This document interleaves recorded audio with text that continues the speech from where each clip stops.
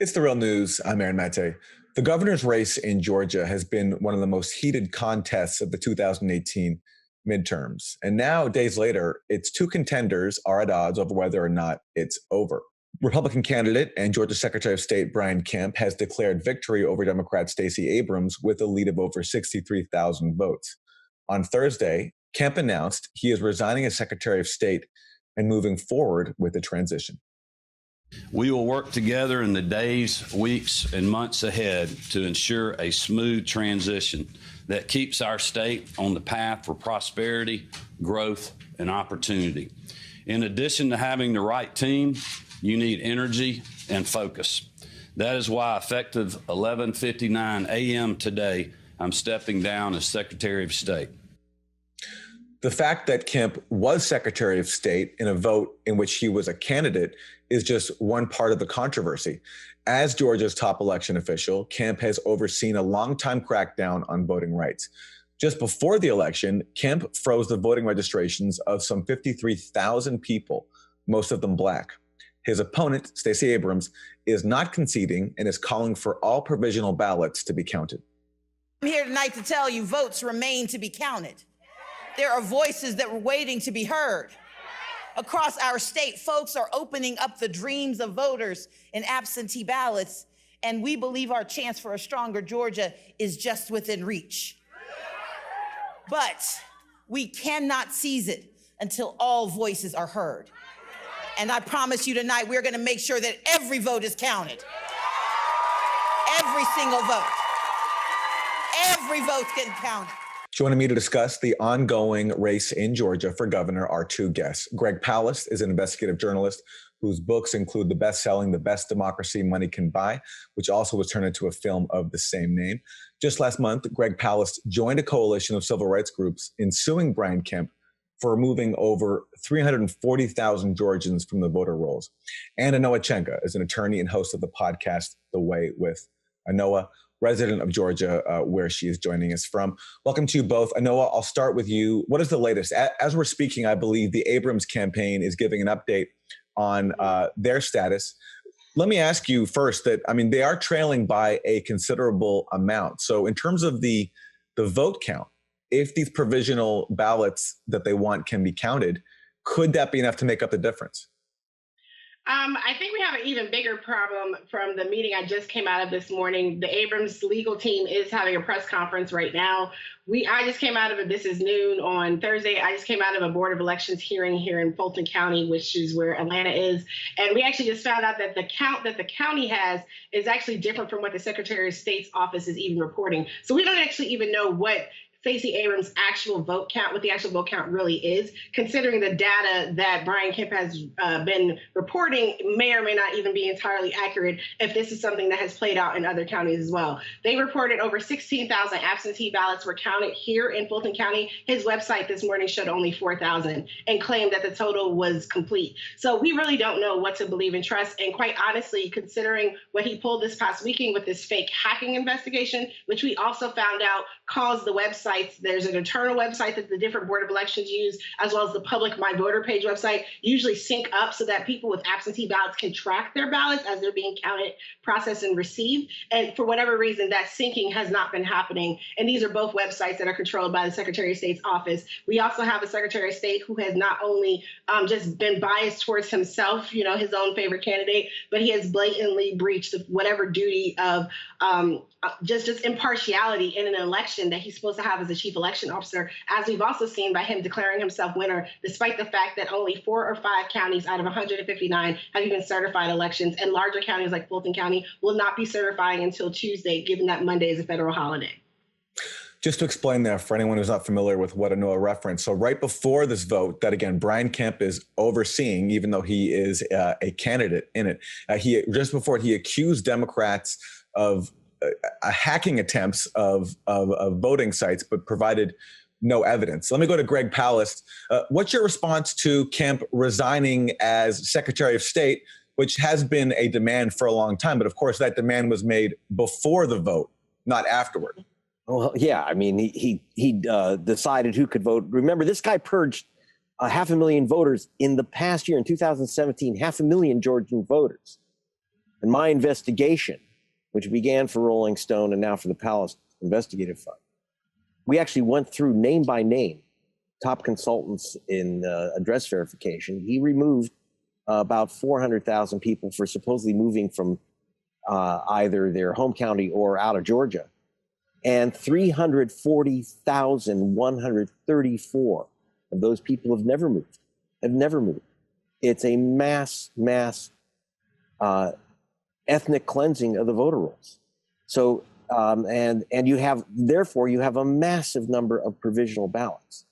So obviously Kemp should have resigned, and there should be no Republican official on it. To have one of his flunky deputies now take over and basically make it appear that there's some type of impartiality, that's completely nuts. I mean, the question for me, really, for the Abrams campaign is, are they really going to fight ballot by ballot on the provisional ballots and the absentee ballots? I know one absentee voter whose ballot was disqualified, my daughter in Savannah. And I can tell you that, I went to polling stations where they usually give out, 3, 4, 5 provisional ballots. They're giving out 50. And that's because all these purge voters never were notified by Brian Kemp that he had removed them from the voter rolls. They got no notice. So people like the filmmaker here in Atlanta, Raheem Shabazz. Greg, let me stop you there, because we have that clip. You went with Raheem Shabazz to the polls, and you followed him as he filled out his ballot. This is what happened. That's it. Raheem went to vote, but they didn't let him vote on a ballot. They gave him a provisional ballot, a placebo ballot. You think you voted, but maybe not. What you'll be doing today is a provisional ballot. You can follow up anytime. Once I get the provisional ballot, the lady hands me it looked like a biohazard bag. I have no number to verify that I actually voted. These are the tactics of Brian Kemp, and this is voter suppression, and he is the chief of voter suppression. That's Raheem Shabazz, who Greg Palast interviewed at the voting site. Another voter who Greg Palast interviewed was someone who was denied the right to vote. She is 92 years old. Her name is Christine Jordan. Has this ever happened to you before? Never. How long you been voting? All my life, ever since I was old enough. But I've been voting right here ever since 1968. Yeah. And it's horrible. And I say that because the West End, she's been in this community back when they were doing sit-ins. She held civil rights meetings in her home. And today to come out and not be able to vote and no one can give you an explanation, it's extremely emotional, and it bothers me. It bothers me to my core. There's actually no record of her whatsoever voting in any election whatsoever, and it's ridiculous. I'm sorry. That last voice there was Jessica, the daughter of 92-year-old Christine Jordan, who was turned away at the ballot box. Greg Palast, that video comes from you. Talk about these cases. Well, by the way, Christine Ford is Martin Luther King's cousin. Here we are 50 years later. She talked about, she's the family and Daddy King and everyone at her house, Coretta.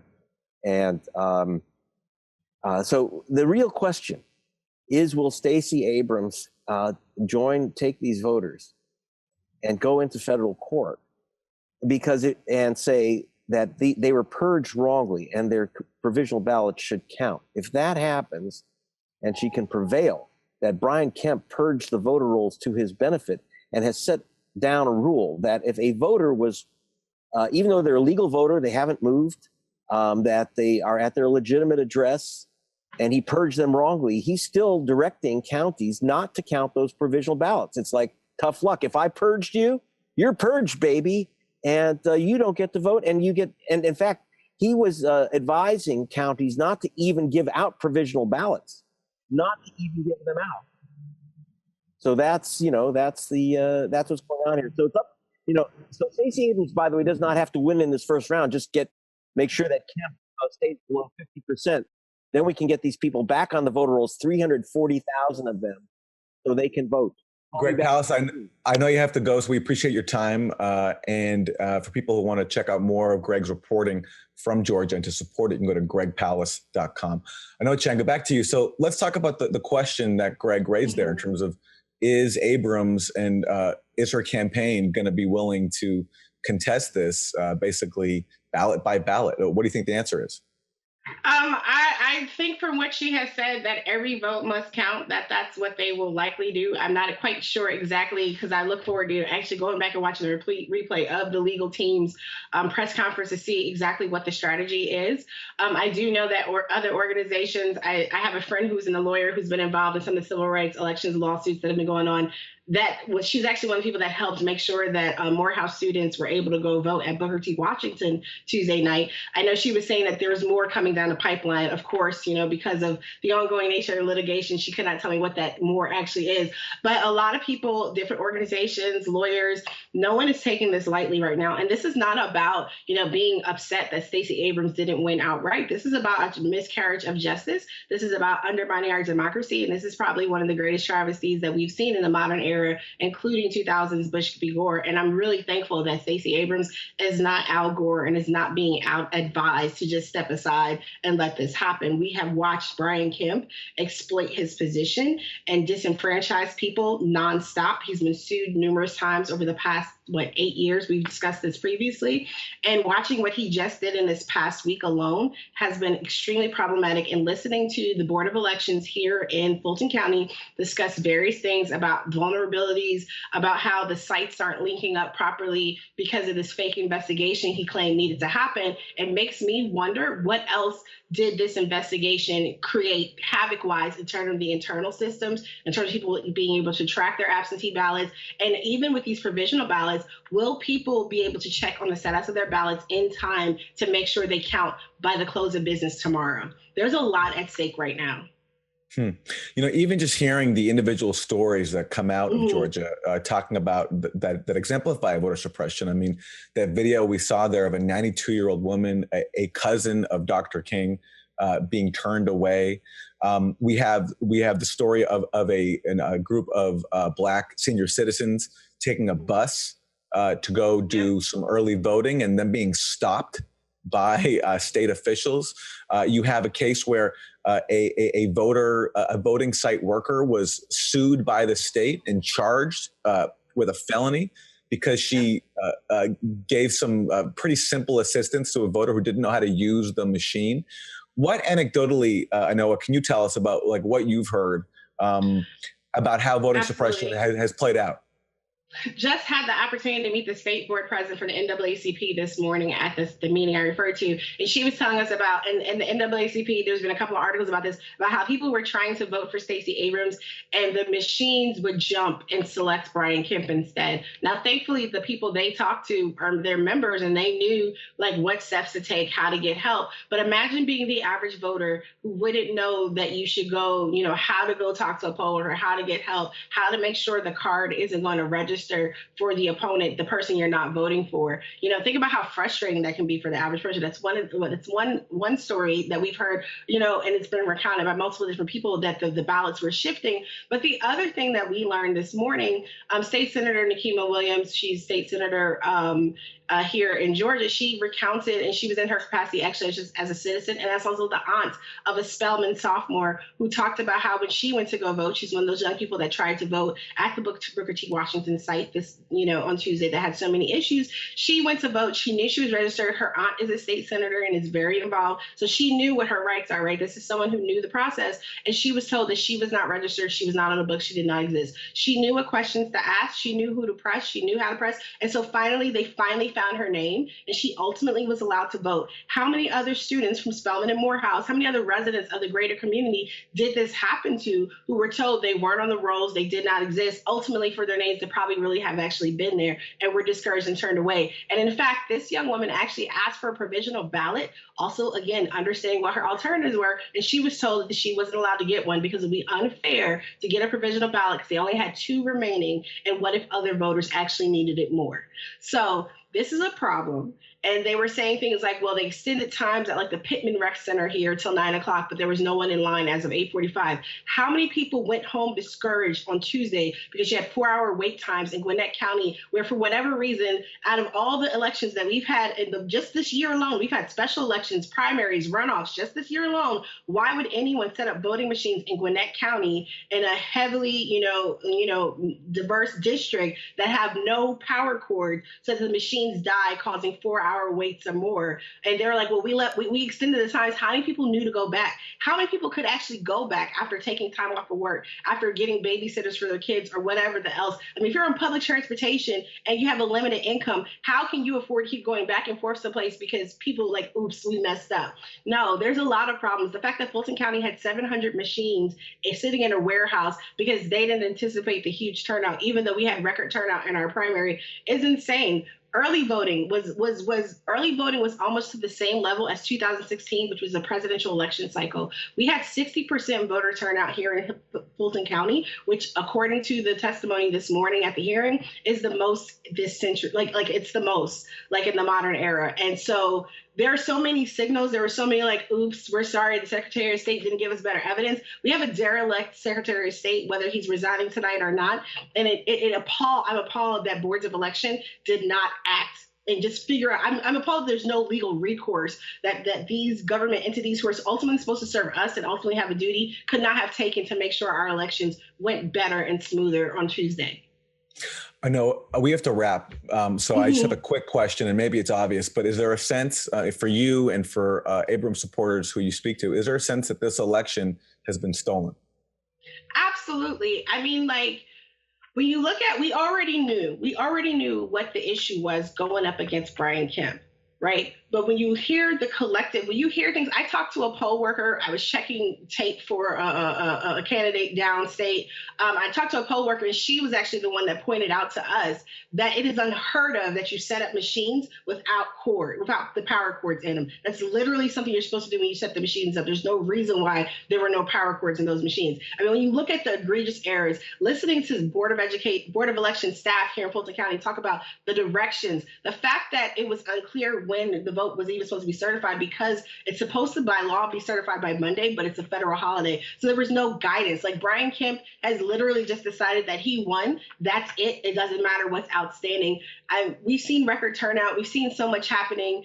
And we've had someone that has been an obstructionist to justice and democracy across the board. So absolutely, it was stolen, and it frustrated. And even the fact that he has suppressed the vote and he's been so blatant and no one has been able to do anything to stop him has also in itself been a voter suppression tactic, because of people who think, well, it doesn't matter if we vote or not. He's just going to steal the election anyway. So yeah, we do. We'll leave it there. Anoa Changa, attorney, podcast host. Thanks very much. We were also joined earlier by Greg Palast, investigative journalist. I'm Aaron Mate for The Real News.